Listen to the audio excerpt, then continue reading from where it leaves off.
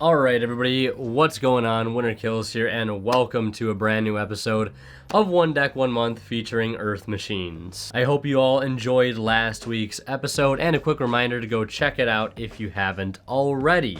So as you guys may remember, last week we did finish X2 at Locals, which of course is quite unfortunate. It's not the 4-0 that we're looking for. But we did make some pretty good progress on stream following that local. We did, a remote duel stream and a dueling book stream, and across both those streams, we went 9-0 with the deck. That's a pretty impressive record. To be fair, we didn't really play against the most meta-relevant strategies, but the deck did prove to be consistent in doing what I wanted it to do, which is still great regardless. So, yeah. I feel like we're on the right track to really chase that 4-0 this week, and if not this week, definitely the following week. Now, one thing I want to show you guys real quick is on the screen here, you'll see on Dueling Book here, I've got these replays pulled up. These 4 replays here specifically, 2 wins, 2 losses, unranked matches. This was actually from a cash tournament that I played in just yesterday, actually, with Earth Machines, obviously. So me and some of my friends got together in Discord, and we, hosted a little cash tournament, $7 entry. I said, you know what, why not? I'll just go ahead and join. And round 1 we played against Dinos, won that 2-0. Round 2 played against Dark Lords, won that match 2-1. Then round 3 we played against Invoke Dogmatica, lost that 2-1. And I feel like the main reason I lost that game, or at least, gave myself a really bad chance at winning it, was that in game 2 I made a terrible misplay regarding Brutal Dozer. I was doing the Ancient Gear combo, the one where you put Ancient Gearbox back into the deck to only then use it later off of Ballista. Yeah, I had that play completely, in my head. I was like, this is the combo that I need to do. And then I go to Resolve Dozer, and what do I summon? I summon Trencher instead of Tunneler, and just press F to pay respects. And that ended up costing me that game 100%, because I summoned Ballista afterwards, like a little later on, like I was tunnel visioning doing the standard combo, and I summoned Ballista, and I'm like, Ballista effect, and I'm like, wait, I already have the Ancient Gearbox in my hand. So I pretty much had to abandon the entire combo and settle for something much more subpar. I had no way to get to Tunneler. Couldn't resolve the draw too. It was like I was under Lancia, or my Tunneler had gotten Ash. It was very, very rough, and I'm pretty sure that's the main reason why I lost that match. And then round 4, I played against Adamancipator Prank Kid, which is a deck that I have little to no experience against. Didn't know what to hand trap against it, didn't know where to interrupt it, and I just got OTK'd both games because I just didn't know where to stop it. And to be fair, I didn't open the greatest, though I think game 1 or 2, one of the games I didn't open that well, and he just ended up taking. It took forever for him to do the combo, but eventually he did find game. So what are you gonna do? So I just want to let you guys know I did play in a little cash tournament yesterday. Didn't do too well, but it's starting off pretty well. So I mean, it's pretty cool, right? But another thing, I also picked up these OCG sleeves here. I don't know what it is. I used to not be a fan of these sleeves, these duelist card protectors. But I saw these nice OCG Trishula sleeves, and I just had to pick them up. So I'm going to be putting these on my extra deck, which I've actually double sleeved my entire main deck. So really excited to put these sleeves on there and see how they look.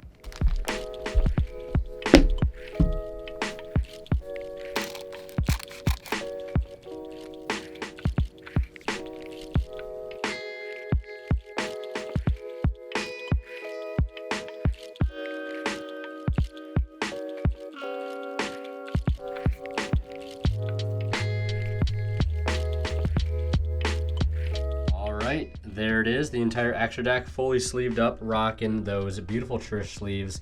Also got the perfect fit diamond shatterfoil effect sleeves there on the inside from Imperium Duelist, making for a really nice combo. I've also got the entire deck list pieced out here as well.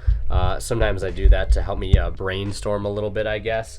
I actually also bought another pack of sleeves today off eBay, and they're just like these clear outer sleeves with this really cool silver bordering. And the only reason I bought those was to help keep these Trish sleeves in good condition, because if I'm being honest with y'all, I don't think I've ever spent that much money on a single pack of sleeves, so I figured I would invest a little bit more in some sleeves that would keep these sleeves in good condition and allow me to get as much use out of them as I possibly can. And I've seen other people use them too, so I figured I would give them a try on these sleeves here. So one other thing I wanted to update you guys on was the fact that today is actually Saturday, and unfortunately my locals was canceled today. So this episode is going to be delayed hopefully by just 1 week from when I am filming this, and yeah, hopefully it's not delayed any further than that. But that's not such a bad thing because that will give us some extra time to work on this list, and that is something I'm very glad to have, because I've been doing a lot of dueling book testing the past couple days, and yesterday was really rough. I think I lost all 5 of my matches that I played, so I had to go back to the drawing board, rework the deck list a little bit, and I'm going to go back on tonight and try to get that rating back that I lost. Yeah, I don't know. It was just a very rough night. I actually already recorded a deck profile segment that was supposed to go where this segment is going, but I decided to scrap it because that deck list is completely different than what I am playing now, so there's almost no point in showing it. So the next thing that's going to happen is just going to be a little dueling book montage. I'm going to go over all the matches that I played and what decks we played against and what our record was over the past couple of days, just to give you guys the data. And then hopefully, you know, we should be all set and ready to go to locals next week for week 3. So yeah, wanted to update you guys on that, and here's to some good luck on the dueling book rated ladder tonight.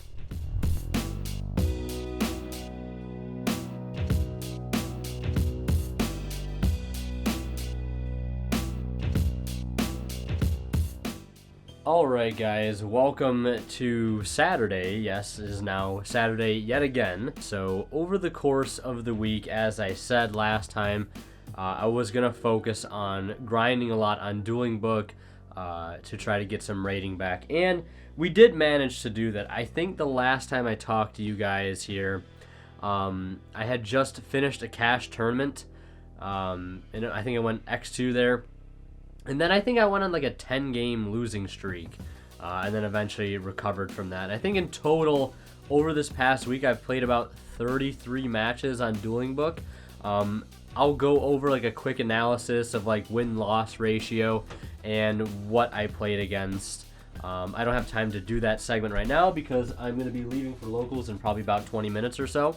But we'll get all the data out for you guys, and then we'll do a deck profile actually when I get back from locals, just to kind of get my thoughts on the deck. I did do some IRL play testing with some friends last night, so did get to work on the deck a little bit more, played against some harder matchups, and definitely learned a few things. There's still a few slots in here, like mainly 2 that I'm still kind of undecided on. And that card's mainly like Infinite Impermanence right now. I don't have Ice Dragon's Prison, I don't have Droplet, so in theory Imperm is kind of acting like an out to Dragoon, because we're going to be able to stop Anaconda with Imperm or Red Ice Fusion with Ash, so technically anti-Dragoon cards, if you will, which is something the deck struggles against. But right now I'm actually thinking about maybe throwing in 2 Twin Twister into the main deck because it is locals and there's quite a bit of Rogue there. The Rogue outnumbers the meta by quite a bit, and Twin Twister is just not that bad against some of the meta decks. So that's all I think I wanted to update you guys on. Hopefully we get a strong finish. I'm feeling really positive with this extra deck. Also, those sleeves I was talking about earlier actually came in today 1 week later, so these sleeves will stay nice and protected. But yeah, that's pretty much all I wanted to update you guys on. Let's just go ahead and head out to locals, and hopefully we can get that 4-0 finish tonight. Okay, psych. Let's just go over the dueling book rated matches first, then we'll get to locals. But in total over the past week, I played 31 ranked matches We went 16 and 15, so a positive record by one, we'll take it. We ended up losing to 1 Dogma, Eldritch, 3 Zodiac, 2 Subterror, 1 Red Eyes Dogma, 1 Dino, 1 Tri-Brigade, 1 Invoke Shaddoll, 1 Dogma Infernoid, 1 Dark Magician, 1 Chaos Thunder, 1 Prankids, and 1 Adamancipator Prankids, but we took the dub against 4 unknown/jank decks, didn't know how to classify them, 3 Dino, 1 Pure Numeron, 1 Dogma Eldritch, 1 Unchained, 1 Tri-Brigade, 1 Shaddoll, 1 Kaiju Stun, 1 Fabled Dragon Link, 1 Metal Foe Yang Zing, and 1 Invoked Shaddoll. So the main takeaway is that Zeus is extremely hard for this deck to deal with, and so is back row. Okay, so now we can proceed to locals.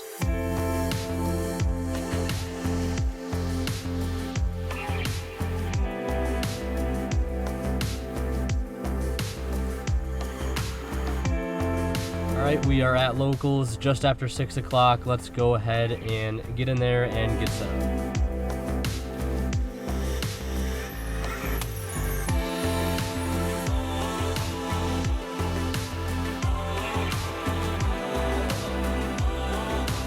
Alright, so here we are in round 2. My record is currently 0-1. I did take a pretty bad loss to Zodiac Dogmatica in round 1.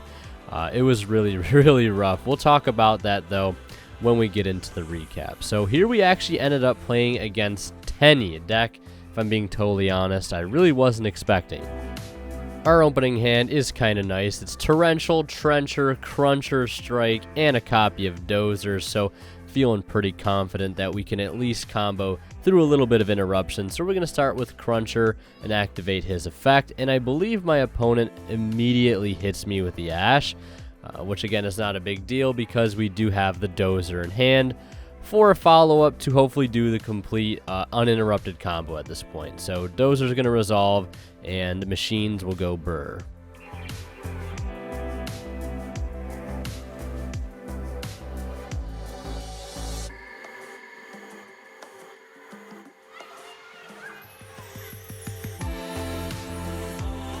So after all of that, we go ahead and resolve Tunneler, and I believe we draw into Twin Twister and another copy of Harvester.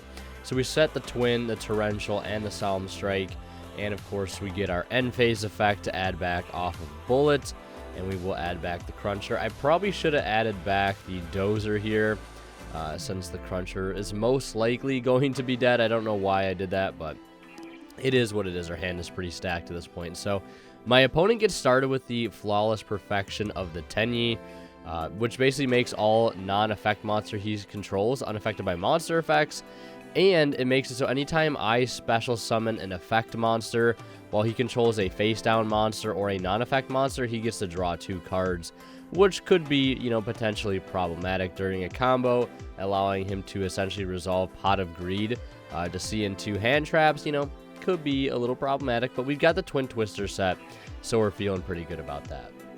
So next, my opponent summons Vishuddha, and then he goes ahead and summons the Link 2 Tenyi, which from what I understand is like one of the better links that the deck has, but we do meet it with a Solemn Strike, so we clear that threat immediately. Next, my opponent normal summons Mystery Shell Dragon, a vanilla 2000 beater. He attempts to enter the battle phase, where I chain Knuckle before he leaves the main phase to bring back out Bullet, and I let him draw 2 off the field spell because I didn't think to Twin Twister it before I did that. But then he still attacks into the Bullet, which allows us to get an end phase add back of Brutal Dozer. So after that, we draw for turn, and I get started first with the Twin Twister to get the field spell off the board. I believe I discard the Ancient Gearbox, and then from there I proceed to normal summon Machina Metal Cruncher, which he frame 1 hits with an Ash Blossom. But it's alright, we have the Heavy Forward to have as an extender here, which is going to go ahead and search us a Infinitrack Trencher.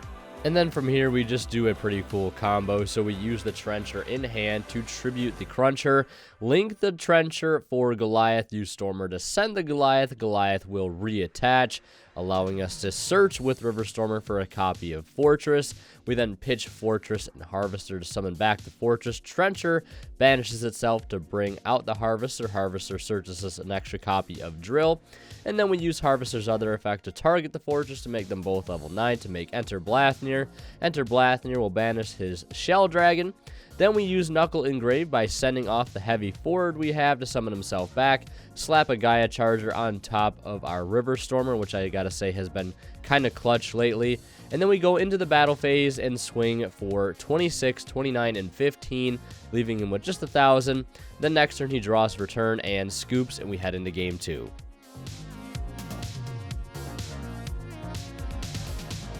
So in game 2, my opponent gets started with Unexpected Die, which I do hit with an Ash because, again, I just don't really know what to Ash against this deck. But luckily it was good enough because he sets 2 and proceeds to pass it over to us, where we get started with Heavy Forward for that of Harvester. Then we get the Dozer, and then we do pretty much full combo, and everything is, as good as usual right up until the end.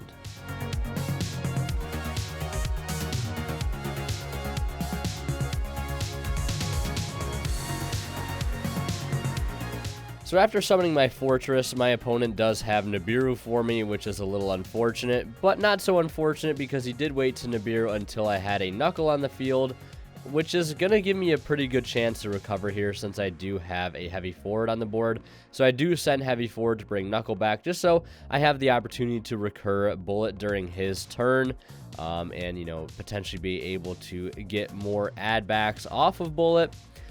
So I actually end up setting 4, Imperial Order being one of those cards, alongside an Urgent Schedule, I believe. And my opponent does have an end phase Twin Twisters. He does hit the Order and the Urgent, which is a little unfortunate. But, again, not so unfortunate because we do get to search off of our Urgent, grabbing a copy of Derricrane. End phase Bullet effect activates. I add back Bullet, which you can't do. I think I got the effect of Urgent mixed up with Bullet effect. I do quickly correct that during his turn. You can't actually add Bullet back off of Bullet, so I do add back Harvester instead, and then we pass it over to him, which he really doesn't do much other than just, trying to attack into our token with his Nibiru, and then he just pretty much passes it back to us, where we get started with Harvester to search out a copy of Trencher. Then we link that Harvester into Goliath, send it for Stormer. Stormer detach the Goliath to search Fortress. Fortress pitches itself alongside Trencher. Trencher revives the Harvester, and then we use the level manipulation effect of Harvester to go into Enter Blathnir to try to banish one of his cards on his field. He does have an impermanent, so, we bait that out real easy. Then from there, we go ahead and link the River Stormer into a copy of Goliath. That triggers Derricrane. And then we go into Gustav Max to burn for 2k. Derricrane pops his Nibiru. Then we go into Juggernaut Lieb to secure a OTK, and we take the match in a swift 2-0.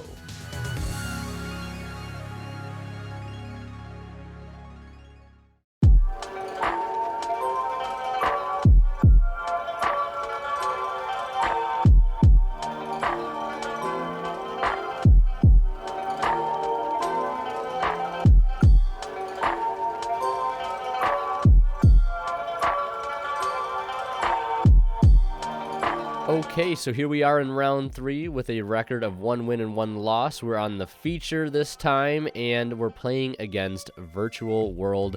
Our opening hand was Drill, Dozer, Trencher, and Double Solemn Strike, so Drill being sort of our saving grace here. We pretty much do our full combo in an uninterrupted, and one thing I want to point out before I speed this part up is I did make a slight misplay later on.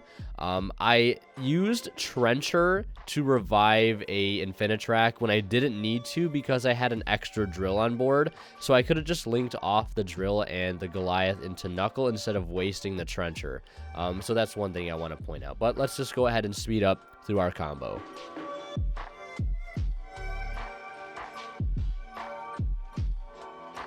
And our draws off of Tunneler here were actually pretty cracked. We end up drawing Torrential Tribute and Ash Blossom, so we have our full combo here, except we also have Double Solemn Strike Torrential Tribute with Ash in hand.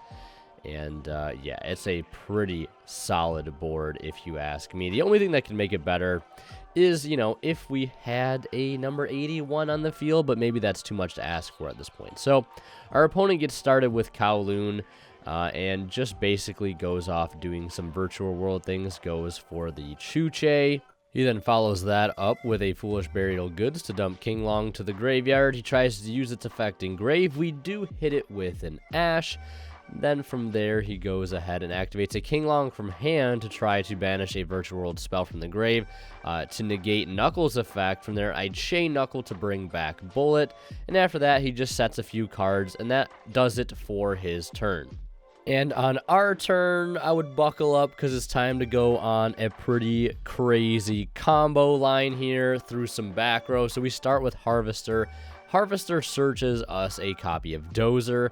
From there, we use the Trencher that we already had in our hand to tribute off the Harvester, summoning that to the field, and then using Drill's effect to target the Trencher to make a rank 9 play. We go for Earth Slicer here, and on summon, our opponent activates Lost Wind, which is no issue for us, because I then attempt to still activate Earth Slicer's effect, which you still can do, detaching for cost, and obviously his effects are still negated. The only reason I wanted to do that was just to get the Trencher in the grave so I could use it to revive a copy of Drill. Drill then special summons Ancient Gearbox from the hand. We then link the Drill into Goliath, send the Goliath for Stormer, Goliath reattaches Stormer, Stormer search a copy of Derek Crane here. We then use our Knuckle Engrave to send off Ancient Gearbox to summon itself back. That triggers Derek Crane, allowing us to go into number 81 because I don't want to go for Gustav Max, still with 2 set back row.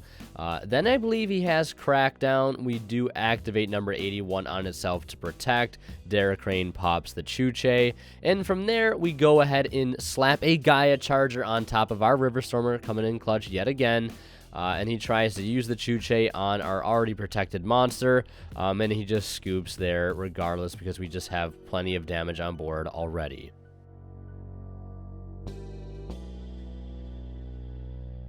Okay, so in game 2, my opening hand was Droll, Ash, Strike, Heavy Forward, and Derek Crane. So a really solid hand. I decided to decide in the Droll and Lockbird. I don't really know if that was the best call. Looking back, probably should have done Lancia instead if I'm being honest, but it is what it is. So my opponent starts with Kowloon for Chuche, activates a Virtual World in hand, which I guess I could have ashed technically, but I was kind of saving it for the King Long since I saw him foolish that to the grave. I don't know too much about where to stop Virtual World nowadays, with the new combos and all that stuff. But my opponent ended on a pretty weird board of Chao Fang and Mystic Mine. I was expecting Shen Shen, but he just ends on Chao Fang, slaps a Mystic Mine on the field, and passes it over to us. So he actually never ended up using King Long, so I didn't get any value out of the Ash or Droll there, which is a little unfortunate, but, in the end, really doesn't make too big of a difference for us going into our next turn.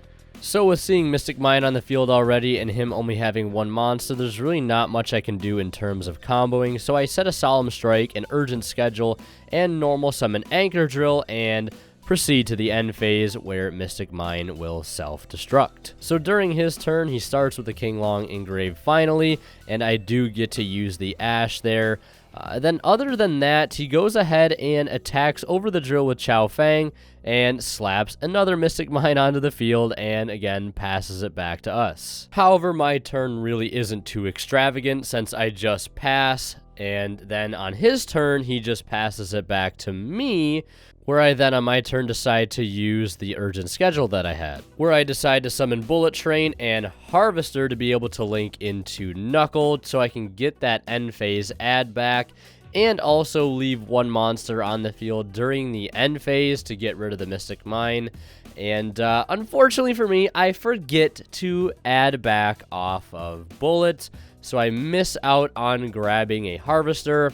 But it's not really such a big loss at this point since I do have another Urgent Schedule in hand.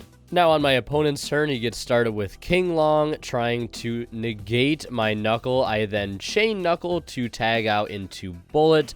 From there, my opponent uses the Chuche he has to destroy the Bullet, which is completely fine, because when he decides to attack directly with Chao Fang, I activate Urgent Schedule yet again. This time, Urgent Schedule summons Citadel alongside Harvester. My opponent still swings into the Citadel, and I believe that does it for his turn. So get ready yet again for some more crazy Earth Machine combos. On my turn, I start with Harvester and summon Deracrane alongside it. I didn't really need to do that there. I kind of did it to chain block, but I guess I really didn't need to. But either way, Harvester searches a copy of Trencher. I then use Dozer to tribute off the Harvester. Should have tributed the defense position one, and I'll explain why in a moment. But Dozer summons a Trencher from deck. We go for River Stormer since we haven't got access to it yet already. River Stormer detaches Trencher to search a copy of Fortress. We then pitch Fortress and Trencher for Fortress. I then use Harvester's effect to target Fortress to make a rank 9, but I do make a slight error here. I attributed the wrong Harvester for Dozer. The defense position Harvester does have its effects negated by Urgent Schedule, so I should have distributed the defense position Harvester for Dozer instead of the attack position one, so I do apologize for that slight mistake. But speaking of mistakes, my opponent makes one as well. On the summon of Earth Slicer, he actually uses Breakthrough skill, which is something you probably don't want to do, especially for a card like Earth Slicer. You at least want to let them attempt to activate the effect before you hit it with a card like Breakthrough skill to stop some shenanigans from happening like you're going to see later. So the Breakthrough skill resolves, but we continue to combo. We end up linking off the River Stormer for a copy of Goliath. Then we link the Goliath and the Earth Slicer for Ancient Gear Ballista. Ancient Gear Ballista searches us Ancient Gear Box. We do not use Box effect because we already have Tunneler in hand. We then tribute the Ancient Gear Ballista for Tunneler, link the Tunneler for Goliath, use Stormer to send the Goliath to the graveyard to summon itself back. Then we link the Stormer into yet another copy of Goliath. We then use Trencher to revive a Harvester to link the Goliath and the Harvester into Knuckle. We then use Knuckle's effect, discarding the Ancient Gearbox in hand to bring back Bullet. Then we resolve Tunneler. Luckily for us, our draws off of Tunneler were pretty cracked. We did find a copy of Heavy Forward, which is pretty nice considering we still haven't used Earth Slicer's destruction effect since it was met with a breakthrough skill earlier. So we do first Xyz into Gustav Max. Now I kind of misorder this. I should have just used Earth Slicer to tribute Knuckle first, then made the Gustav, but either way we make the Gustav. Earth Slicer sends Knuckle. We use Heavy Forward to then attach the Earth Slicer to pop that last set back row that he has. Then Gustav detaches Deracrane to burn for 2k. Deracrane pops the Chow Fang. He gets a search off that, but we don't really mind. And then we just follow by linking into Lieb, and that ends up being game right then and there.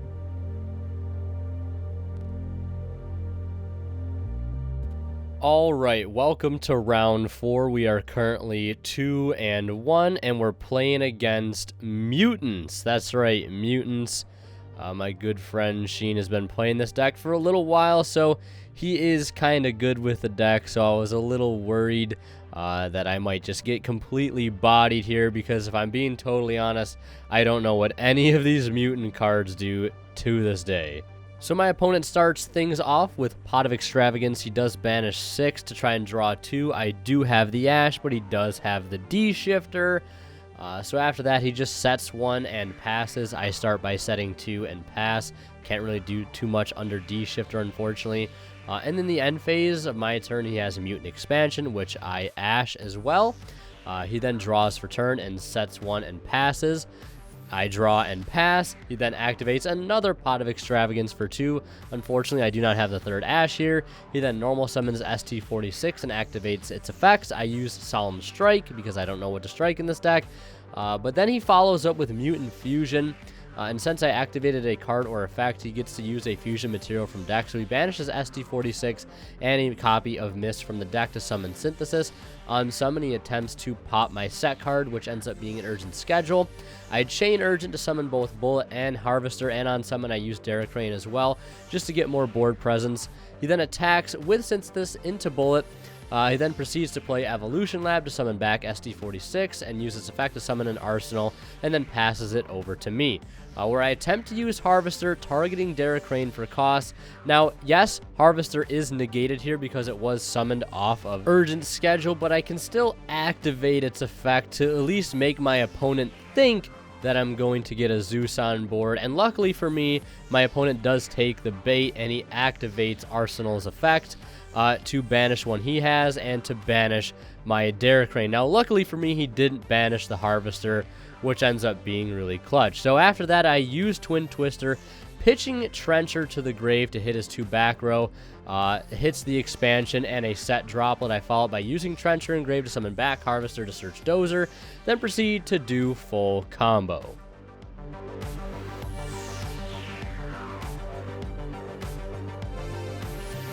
So my Tunneler draws me into Fortress and a copy of Twin Twister. I then pitch Box and Fortress for Fortress and proceed into the battle phase, where I crash my Fortress into his arsenal to trigger Fortress effect, and I chain block it with Citadel's Graveyard effect. Fortress pops the arsenal, and he gets to add back his field spell. I wanted to attack into his fusion with Citadel, but I didn't want him to get back another card off of its effect. I set Twin thinking I have Bullet's effect activating the end phase, but I missed an opportunity for it to hit the graveyard this turn. I could have sent Knuckle for Bullet, then linked the Citadel and Bullet for another Knuckle, getting Citadel back in the grave and getting an end phase add back. I just clearly didn't see the play though.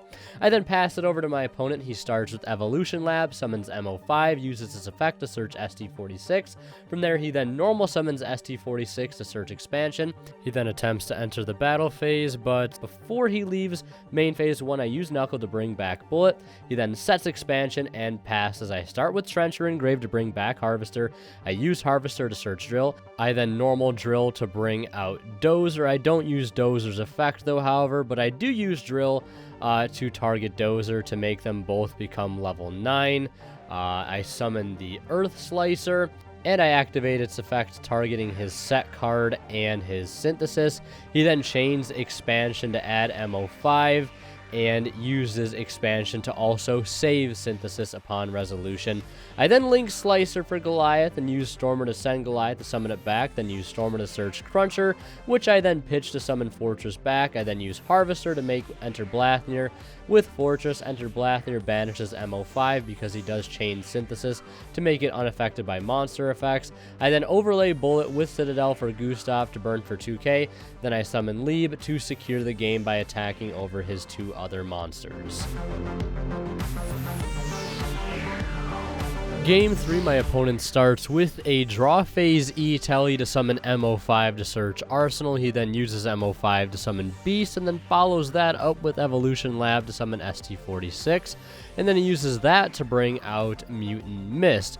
He sets 1 card and then passes his turn. I start with Twin Twister, pitching a Trencher, which he does negate with Beast. I proceed to normal summon Cruncher to grab Dozer, and on res, he activated Mutant Cry to summon Synthesis to pop my Cruncher, hoping I wouldn't have an extender, but I did in the form of redeployment. Unfortunately, I had to discard Ancient Gearbox though. Either way, redeployment grabs me a copy of Fortress and Citadel. I then pitch Citadel for Fortress to resolve Dozer, and we do our full combo, or at least as much as a combo as we can at this point.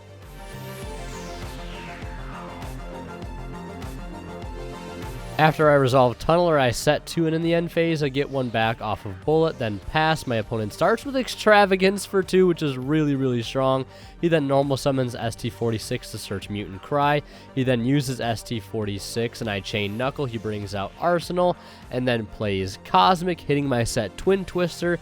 He sets 2 and proceeds to the end phase, where I resolve Overdrive to get Cruncher effect and Citadel on board. Cruncher reveals Harvester, Derrick, and Fortress, and I believe I get the Fortress here, and I also forget to use Bullet's effect in the end phase.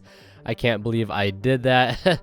Either way, I draw for turn and enter standby phase, where my op uses Expansion to summon MO5 and searches Beast with it. I then proceed to use Overdrive in my grave, and my op uses Mist to draw 2. I then summon Fort by pitching Cruncher, then link into Ballista to search Box and Drill. I normal summon Drill and bring out the Box. Attempt to use the level mod effect, and my opponent uses Arsenal to banish the Box. I then link Drill into Goliath, and my opponent uses Mutant Cry to summon Ultimus, and from here I link into Knuckles, set Torrential with Ash in hand, and hope for the best.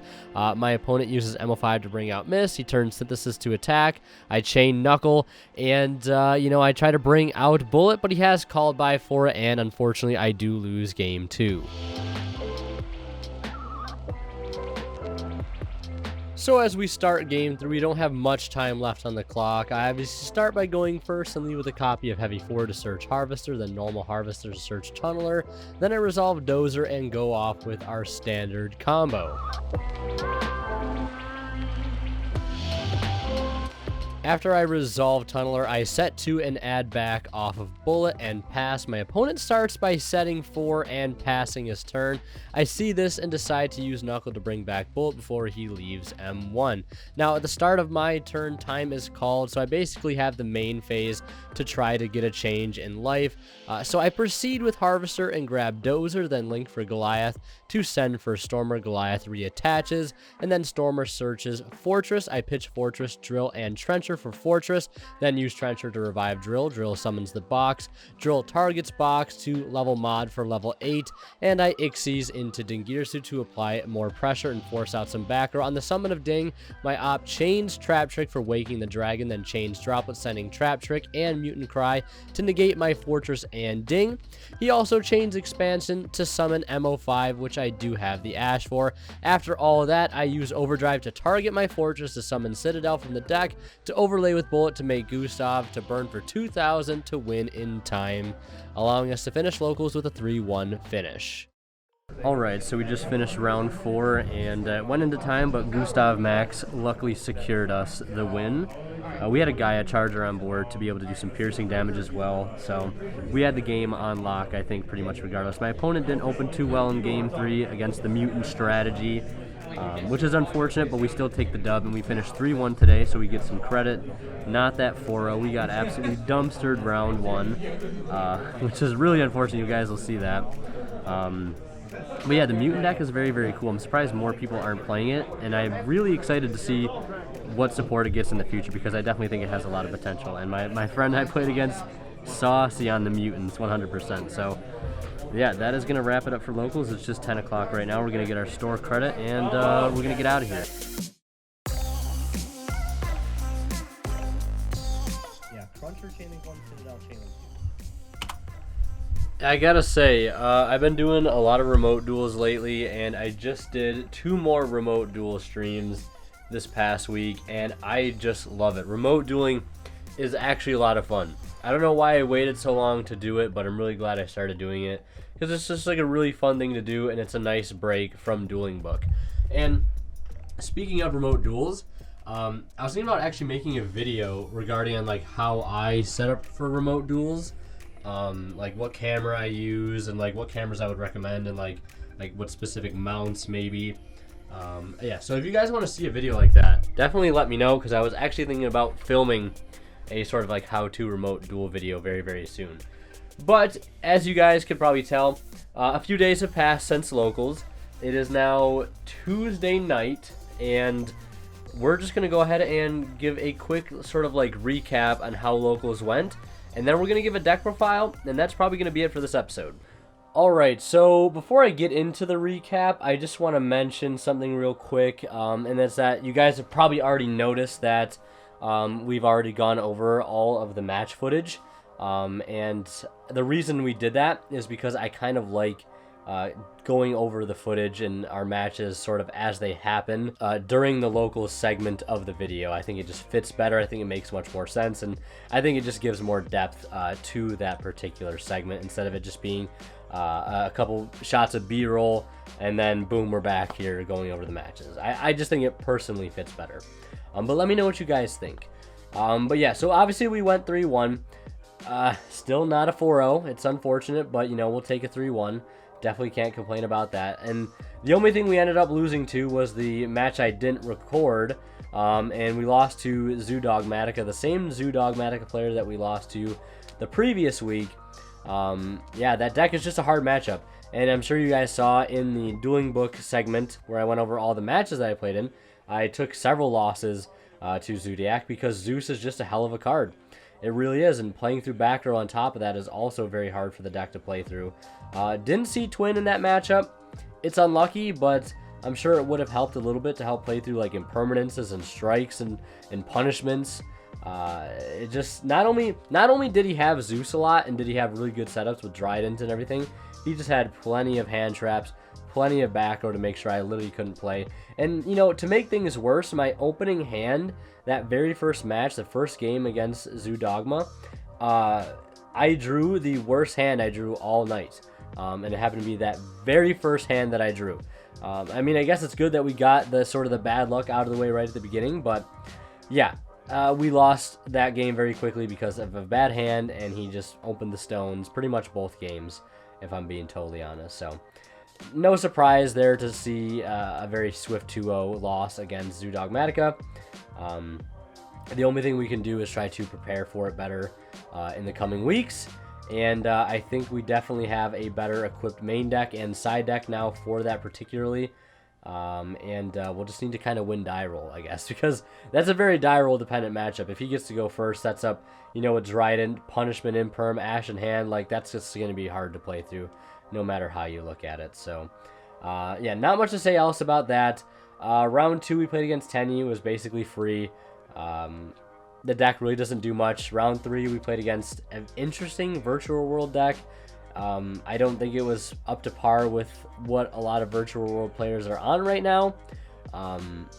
So that was also kind of free as well. And then round 4, Mutant, probably the second hardest thing we played against, outside of, you know, Zoo, obviously. And that match was tough because I don't know what a lot of those cards do. I mean, now I'm more versed on, you know, what to stop and what cards do what, and, you know, how the deck sort of plays. Because, you know, going into that match, that's my biggest enemy, is the lack of information that I have about what his deck does exactly. And I gotta say, it is a pretty good control deck. It's just very slow. But once it gets going and its board gets established, it's very hard to, you know, get out from underneath it. Especially that game 2 you guys saw where he had Synthesis and Ultimus out. And it's just bringing out those big mutant monsters from the main deck. Like, you just can't really do much there. Especially, I was already down on card advantage too. That game went out of control very, very quickly. We did go to time. I think because game 1 was pretty long. Probably longer than it should have been. Yeah, Gustav Max secured it in time. And we played through quite a bit of back row. Droplet. You know, his expansion. You know, he had set 4. I just went to the ding to apply a lot of pressure. The set overdrive came in very clutch to get Citadel out to get to a rank 10. Thought that was kind of a cool play. And, you know, even if you had the stop for Gustav, we also had a way to sort of win in the battle phase too, with Gaia Charger allowing us to deal piercing damage too. And that Ash on I think it was the MO5 that he summoned, like, we just had game like 3 times over there, you know, regardless of time rules or not. So 3-1, it was pretty solid. I think I played pretty well.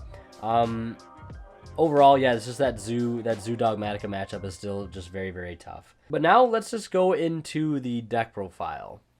All right, time for a quick little deck profile segment here. Feeling very solid about this list. This list is probably pretty standard, except for just a few things, and we'll talk about those when we get there. So the first thing is like our 10 standard Infinitracks that we're on. That I'm sure most Earth Machine players are on right now, and that's the Triple Harvester, Triple Dozer, Double Trencher, Tunneler, and Anchor Drill. I have experimented a little bit with 2 Drill, but like it just really didn't do that much for the deck. Didn't really notice a huge like change in play style with the second one in there, and I just, you know, really nothing impactful about it. Really nothing significant about playing 2, so I think 1 is just perfectly fine. Then for the Machina lineup, we have the 3 Cruncher. I think one thing that's probably unique to my build is the Double Fortress, and obviously still the 1 Citadel. Double Fortress is just amazing. I have nothing bad to say about 2. If anything, playing 2 gives you access to the rank 9 combo more often, which is great because the rank 9 combo is the best combo that the deck has. And not only that, it allows the deck to play through hand traps more, because Fortress really, really lets you play through them, especially Nibiru. And Nibiru is the hand trap that hurts this deck the most. So, you know, I really see no downside to playing multiple Fortress. And it also lets you resolve redeployment late game more often, which sometimes is the difference between winning and losing. Because there's been times with 1 in the deck where if I have drawn redeployment and I only have 1 Fortress, I can't resolve it. And it's just a dead draw at that point. And you can't afford to have a card like redeployment be a dead draw. It's just very, very bad. And then we have our 2 level 10s, 1 Derek Crane and 1 Bullet. Would love to still maybe try to play a second Derek Crane at some point, but I just don't think it's happening. 1 Ancient Gearbox for engine requirement. 3 Ash, that's just the most generic hand trap that I can play right now. And then we have 3 Redeployment and 3 Heavy Forward. These 6 spells are incredible. Would never play them at any less than the numbers that they are at now. That would just be foolish. And then the other spells I'm playing are 2 Twin and 2 Urgent Schedule. Twin Twister and Urgent Schedule are wonderful in this deck. I've been wanting to add more going second cards to this deck because losing die roll obviously is a thing that happens. And, you know, these are cards that help you inherently when you have to go second against combo or more control-based decks. Going second, having Urgent in the main deck increases your consistency. It takes the starter count from 12 to 14 because resolving this just gives you full combo just by summoning Fortress and Harvester. And Twin Twister is just a huge heads up against a large amount of matchups. Prank Kids, just stun strategies that are on Mystic Mine and Tikaboo or Necro Valley, the Invoke Dogmatica or Invoke Shadal, or Zoo, whatever it is. Twin Twister just gives this deck a huge heads up. And the discard outlet is nice sometimes. You know, discarding things like Trencher, Citadel, Fortress, you name it, the discard is nice. And it also doesn't lose to Lancia like Cosmic Cyclone does. And then into the trap lineup here, where there's going to be some big changes. First, we're on 3 Solemn Strike and 3 Torrential, the best 6 going second cards in the deck. The only reason I say that is because if you do have to go second, like Strike and Torrential are still very, very high impact, because you can, you know, bait the Torrential, and Strike is very, very easy for the opponent to run into, and it is very, very high impact, you know, negating and destroying, so removing that threat off the field, and of course is a counter trap, so very, very hard for them to stop unless they have, of course, another counter trap in play. Love playing these at 3. I find that anytime you draw Torrential and Strike together with your normal combo, it's pretty much a GG's, so I have no complaints to say about those traps. And then I'm on 2 Overdrive.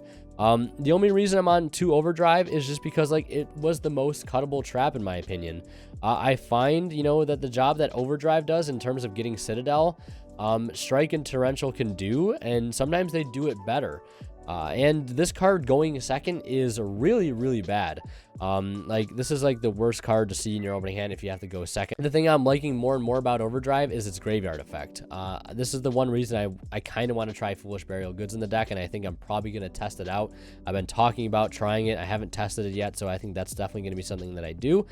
Because in theory, just dumping this card to the grave and having it ready for turn 3 is just insane.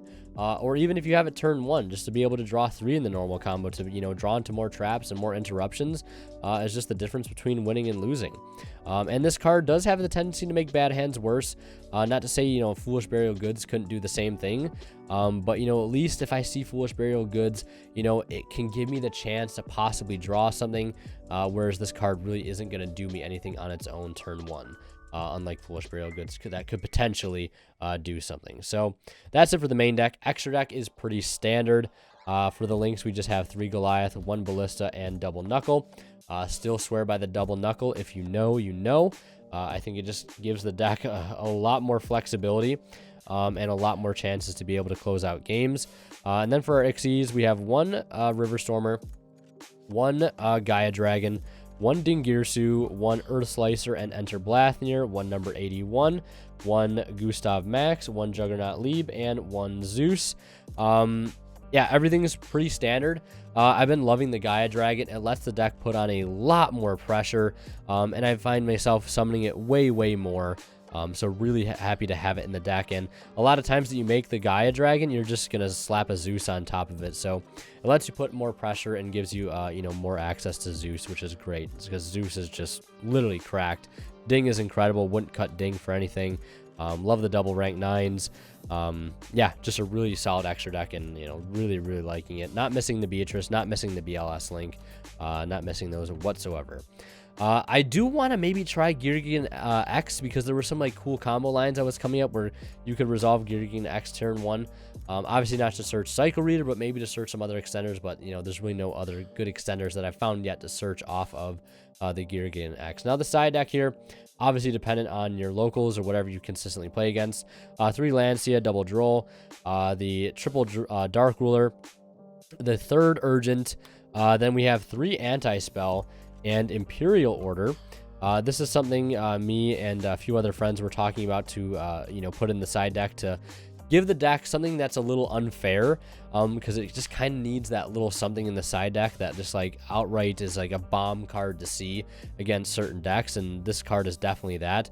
Order and Fragrance, and not only that, you can out your own Order and Fragrance if you need to off of Knuckle. These cards are just insane. And another card that I'm trying out, haven't had a chance to test it in a tournament yet. I haven't drawn it in any of the remote duels either, but non-fusion area is something that in theory is going to be very good, stopping Dragoon decks, stopping Prank Kids, stopping Shadal decks, Invoke decks. Just a very, very strong card all around, and can't wait to see how it performs in the side deck. But yeah, that is it for this little deck profile I want to throw at the end. This video probably went pretty long, but I'm very proud with how this episode came out. If you guys liked it, please leave a like, please share the video. I put so much time into this video and this whole series in general, so it would mean a lot if you guys liked it, shared it, left a comment, and subscribe, please. Helps the channel out a lot. Subscribe if you haven't already so we can get to 20,000 subscribers. And yeah, as always, Winterkill signing out. We'll see you guys in the next one. And a huge shout out goes to all of the channel members supporting this channel, especially our divine level channel members, and they are Zors and Chatelax84. Thank you guys so much for your continued and very generous support.